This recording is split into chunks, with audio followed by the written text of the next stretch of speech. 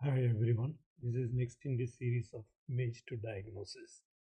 This is a 5-year-old girl presenting with mass on left side of the neck or noticed for 3 months. There are no other symptoms.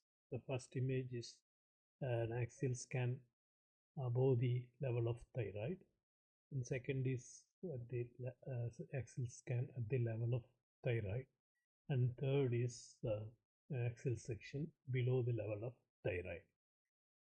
And this is the longitudinal scan on the left side, showing the lesion entire extent. So there are features with which a specific histological diagnosis should be offered. So this case scenario is to illustrate the importance of a case report.